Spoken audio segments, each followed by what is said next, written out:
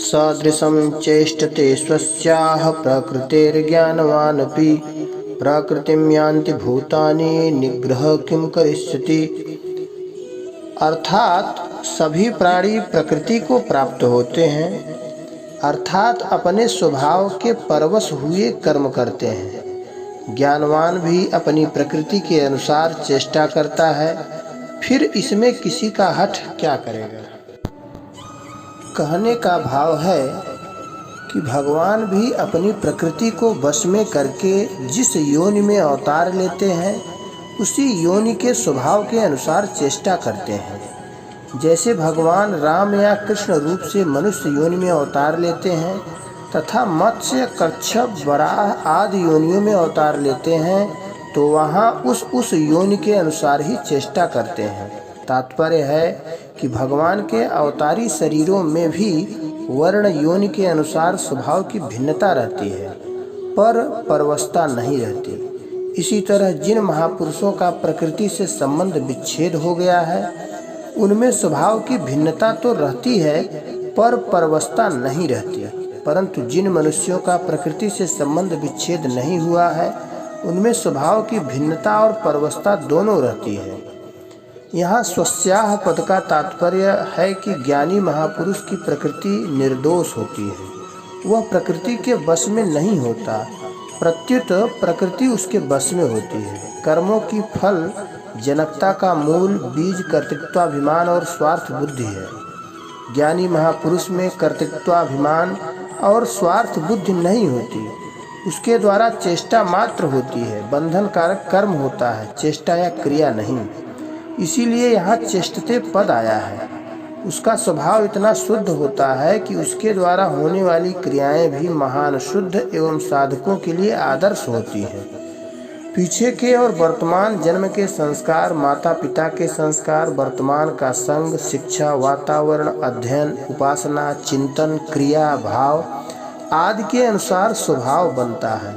यह स्वभाव सभी मनुष्यों में भिन्न भिन्न होता है और इसे निर्दोष बनाने में सभी मनुष्य स्वतंत्र हैं। व्यक्तिगत स्वभाव की भिन्नता ज्ञानी महापुरुषों में भी रहती है। चेतन में भिन्नता होती ही नहीं और प्रकृति में स्वाभाविक भिन्नता रहती है। प्रकृति है ही विषम। जैसे एक जाति होने पर भी आम आदि के वृक्षों में अवान्तर भेद रहता है, ऐसे ही प्रकृति शुद्ध होने पर भी ज्ञानी महापुरुषों में प्रकृति का भेद रहता है। ज्ञानी महापुरुष का स्वभाव शुद्ध होता है, अतः वह प्रकृति के वश में नहीं होता। इसके विपरीत अशुद्ध स्वभाव वाले मनुष्य अपनी बनाई हुई परवस्था से बाध्य होकर कर्म करते हैं। निग्रह किम करिष्यति। जिनका स्वभाव महान शुद्ध एवं श्रेष्ठ है, उनकी क्रियाएं भी अपनी प्रकृति के अनुसार हुआ करती हैं। फिर जिनका स्वभाव अशुद्ध है, उन महापुरुषों की क्रियाएं तो प्रकृति के अनुसार होंगी ही। इस विषय में हठ उनके काम नहीं आएगा।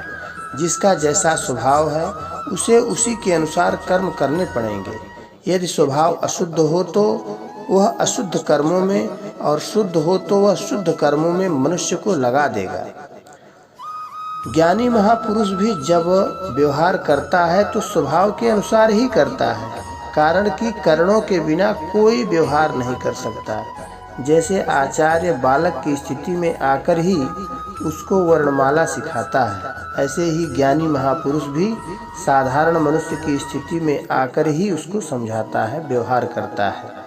चेष्टते पद का तात्पर्य है कि वह कर्म करता नहीं, प्रत्युत उससे प्रकृति के अनुसार स्वतः क्रिया होती है।